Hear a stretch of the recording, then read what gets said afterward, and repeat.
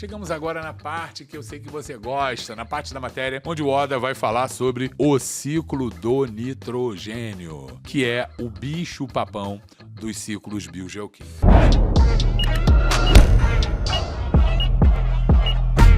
Primeiramente, gente, o que são os ciclos biogeoquímicos, né? Os ciclos biogeoquímicos são os ciclos dos vários elementos químicos pelas partes vivas e não vivas do planeta. Passa pelos seres vivos, passa pelo mar, passa pela terra, pela atmosfera. Isso são os ciclos biogeoquímicos, tá? E os principais ciclos biogeoquímicos são o ciclo do carbono, do oxigênio, da água e do nitrogênio. Hoje a gente vai falar sobre o ciclo do nitrogênio. Nitrogênio, que é o gás mais abundante da atmosfera, é o gás mais abundante do seu sangue, do plasma sanguíneo, dissolvido lá, é o mais abundante, mas é um gás que a gente não usa pra nada. Entra, sai e a gente não utiliza. O Eldinha, então por que o nitrogênio ele é importante para o ser vivo? Ele é importante não na sua forma gasosa, mas ele é importante na forma de moléculas orgânicas, tá? E as principais moléculas orgânicas nitrogenadas são as bases nitrogenadas, citosina, guanina, adenina, timina, uracila. Quem é que tem base nitrogenada mesmo? DNA e RNA. Pô, então nitrogênio tá nos nossos genes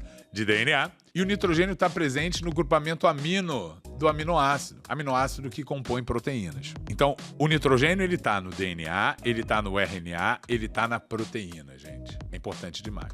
Mas, professor, e como é que a gente obtém esse nitrogênio? A gente obtém comendo. Ah, professor, então é a planta que pega o nitrogênio do ar? Não, porque as grandes protagonistas do ciclo do nitrogênio são as bactérias, e é isso que a gente vai ver agora, falando sobre o ciclo do nitrogênio. Então, Darwin, sapeca aí a imagem, tá aí uma imagenzinha resumida desse ciclo, que é o bicho-papão. Vamos lá por partes, tá? Você tá observando que o nitrogênio tá no ar, tá na atmosfera, e que ele vai ser fixado no solo, pela ação de bactérias, né? Que vão fixar esse nitrogênio formando amônia e formando amônio. Ora, quem é que vai formar amônia? Quem é que vai formar amônio? São as bactérias que fixam nitrogênio, e o nome desse processo de fixação de nitrogênio é fixação. Então, nitrogênio do ar até amônia e amônio é a fixação, que é um processo feito por bactérias fixadoras de nitrogênio, tá bom? Tá vendo aí na imagem?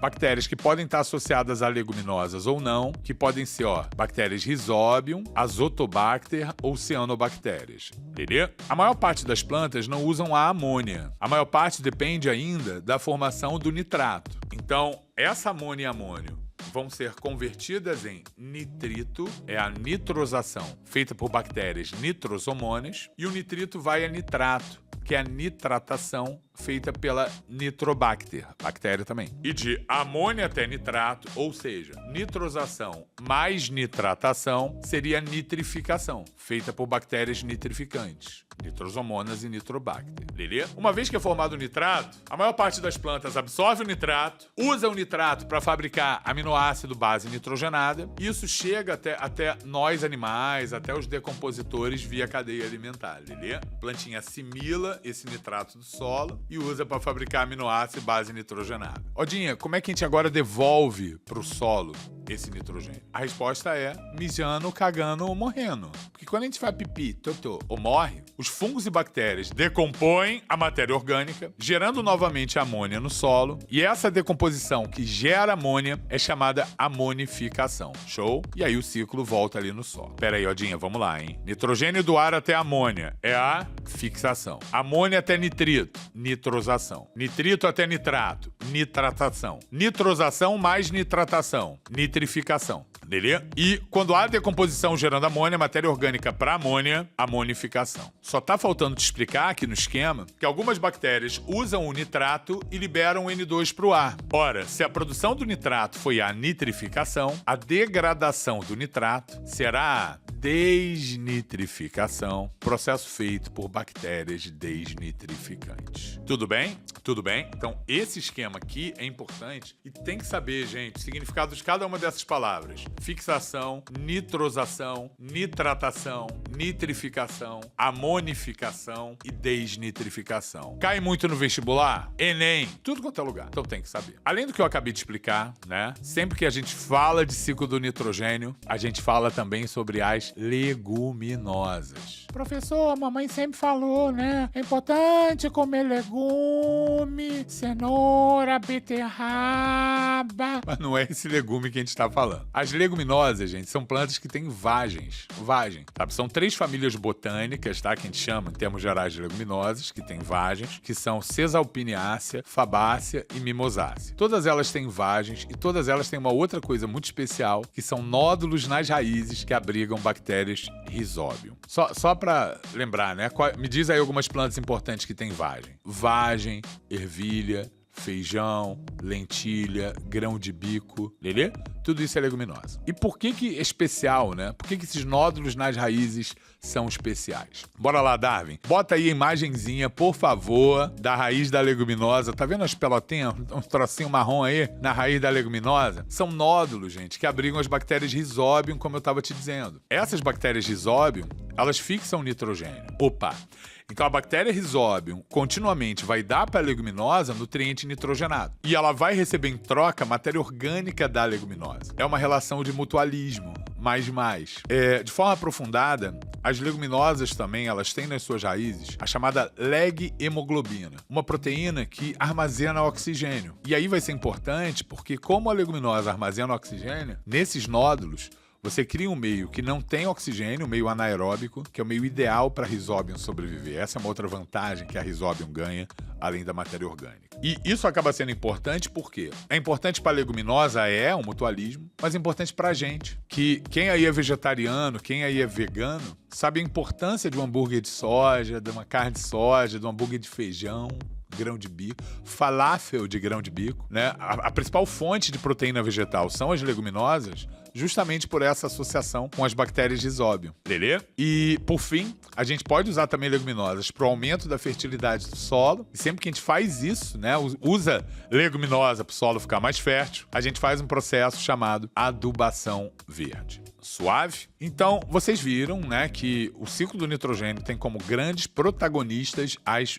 bactérias. Então, quem é que fixa nitrogênio, gente? Quais são os únicos organismos que fixam nitrogênio? Bactérias. Sempre foi assim. Sempre foi assim até abril de 2024, vulgo mês passado. Porque saiu na capa da Science, uma das mais importantes revistas de divulgação científica do mundo, o quê? Bota aí, Darwin. Ah lá, ó. Beyond Symbiosis. Evidence mounts for a nitrogen fixing organelle. Uma organela fixadora de nitrogênio foi encontrada em uma alga eucarionte. Que isso, olha? O nome dessa organela é nitroplasto. Que isso? Mas como é que pode um eucarionte fixar nitrogênio? Isso é muito novo. Sim, saiu na Science. Agora, adivinha o que é essa organela, gente? Essa organela é uma bactéria, gente. É uma cianobactéria associada à célula eucariota. Então, da mesma forma que mitocôndrias e cloroplastos se associaram endossimbioticamente, né? Bactérias associadas endossimbioticamente na célula eucariota, o nitroplasto é uma cianobactéria que se associou também a essa alga eucarionte, permitindo que essa alga tenha ali uma fonte contínua de nutriente nitrogenado no seu interior. Então é muito maneiro, né? Que assim, surgiu uma organela nova, agora a gente tem o eucarionte que fixa nitrogênio e mais do que isso, né? Tem aí um outro exemplo de endossimbiose, além de mitocôndrias e cloroplastos. Beleza? Espero que você tenha gostado, hein? Muita coisa. E aí agora a gente vai pra parte mais legal, né? Que é ver a aplicação disso. Bora resolver aqui uma questãozinha da Unesp. Lembrando que, ó, tem mais questão. Vai lá na descrição e baixa a lista de exercício. Eu quero que você exercite sozinho também. Bora dar uma olhada aqui na questão da Unesp discursiva. A batalha pelo elemento é impiedosa, assim como aquela por água, ar ou sexo. Mas apenas de vez em quando a verdade de suas negociações é exposta em toda a sua brutalidade. As plantas que comem animais são apenas um exemplo entre muitos para mostrar o quão competitivo é o negócio que deve ser e como a natureza recorre a conveniências mais improváveis para tirar o máximo do pouco que é disponível. No texto, o autor refere-se ao elemento químico abundante na atmosfera, mas não no solo, onde a planta cresce. E esse elemento é essencial para o desenvolvimento das plantas, uma vez que vai constituir suas proteínas e ácidos nucleicos. Pergunta: qual é o elemento químico referido pelo autor? Abundante na atmosfera, proteína, ácido nucleico, nitrogênio. E considerando que na natureza as plantas carnívoras obtêm dos animais que capturam, explique de que formas espécies vegetais não carnívoras o obtêm. Então, no caso, gente, planta insetívora é porque ela vive em solo muito pobre. E aí ela, entre aspas, come o inseto para obter nutriente nitrogenado. Lelê? Guardem isso, já caiu também. E a maior parte das plantas não obtém a partir do insetinho, né? A maior parte obtém na raiz, a partir do nitrogênio que está no solo, de um sal mineral, que é o nitrato. Respondam de forma completa, que a chance é sim de você conseguir, né, o ponto cheio na questão que é seu objetivo é maior. Quanto mais completa a sua resposta, maior a chance de conseguir o ponto cheio. Beleza? Queridões, ó, fica aqui a dica, sabe, de fazer parte do nosso plano do Medicina VIP, de fazer parte da nossa comunidade do WhatsApp, né? Você tem tudo isso lá na descrição do vídeo e de coração, eu espero que você tenha gostado. Gostou? Compartilha com os amigos. Olha aqui o Oda, falou do nitroplasto, gente. Novidade da Science, organela nova. Ó, vai que cai, hein? Acho que isso tem cheiro de Fuvest, juro. Cheiro de Fuvest, cheiro de Unesp, Unicamp, UERJ. Então compartilha com seus amigos que também vão fazer vestibular, especialmente aqueles de medicina. Não deixa de dar seu joinha, não deixa de compartilhar com geral e comentar os temas que você quer na próxima aula. Beleza? Queridões, um beijo pra vocês. É isso, ó.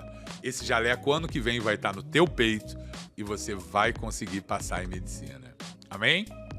Beijo no coração de vocês. Até a próxima e tchau, tchau.